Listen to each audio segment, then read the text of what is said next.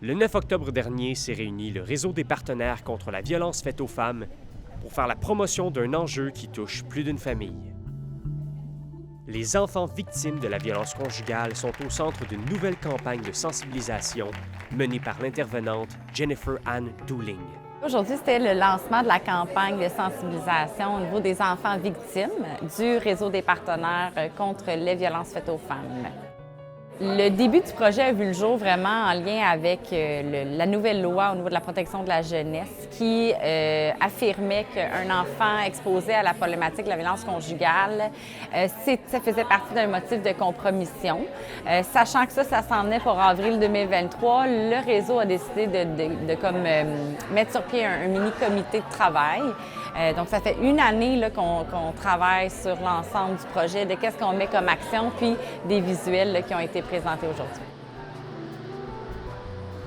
Comment ça fonctionne, en fait, c'est que le réseau des partenaires contre les violences faites aux femmes, c'est vraiment un réseau rempli de différents organisations, organismes, que ce soit publics ou institutionnels ou communautaires, donc autant des maisons d'hébergement que des services de police, le DPCP, donc plusieurs agents là, de changement social.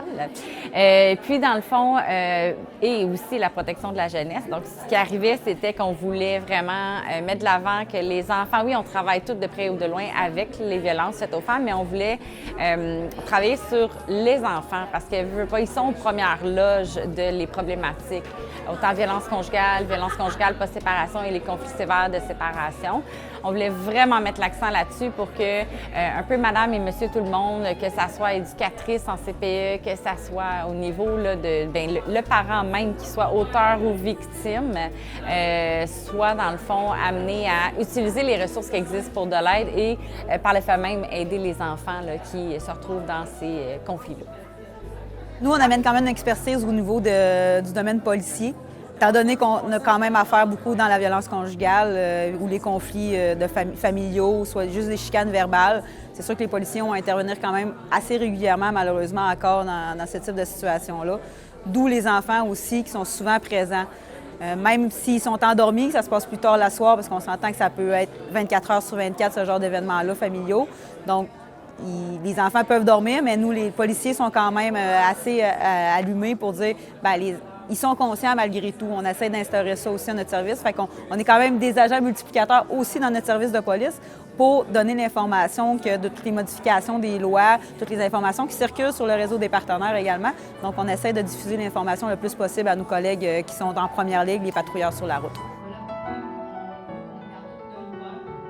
Aussitôt qu'un enfant est quand même impliqué dans des situations de violence conjugale ou aux trois thématiques, la violence conjugale, post-séparation, conflit sévère de séparation, comme j'expliquais aussi, même ça reste une chicane verbale où il y a un conflit entre les deux parents, il y a du dénigrement, il peut y avoir quand même des commentaires pas très agréables qu'un enfant peut entendre d'un ou l'autre des parents. Là, on ne va pas généraliser que c'est plus les hommes ou les femmes, mais les enfants sont quand même souvent conscients de tout ce qui se passe, même s'ils pensent qu'ils dorment.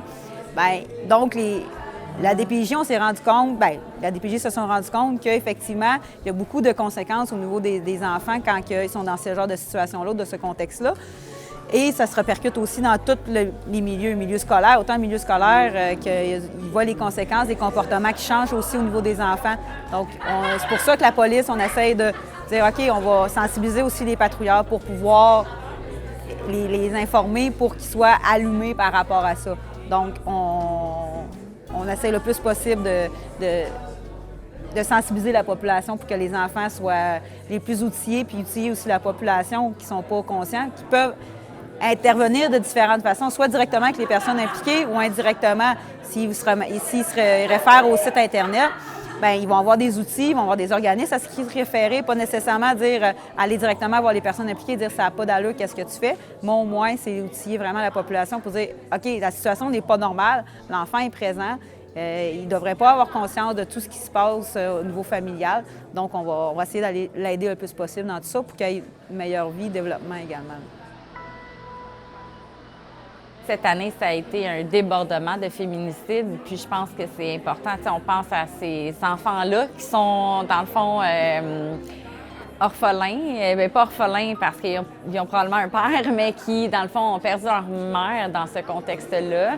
Je pense que c'est super important que ces enfants-là, on les oublie pas parce qu'ils ne sont pas, en fait, juste exposés, ils sont victimes au même titre que la maman ou bien, la victime, en fait, de la problématique.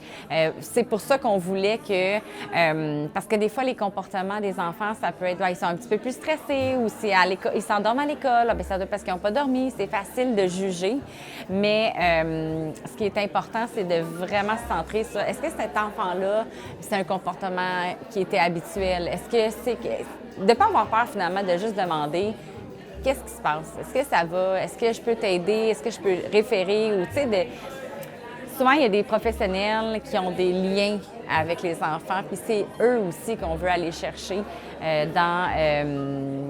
pour faire cette différence-là, puis d'intervenir. Des liens vers les ressources.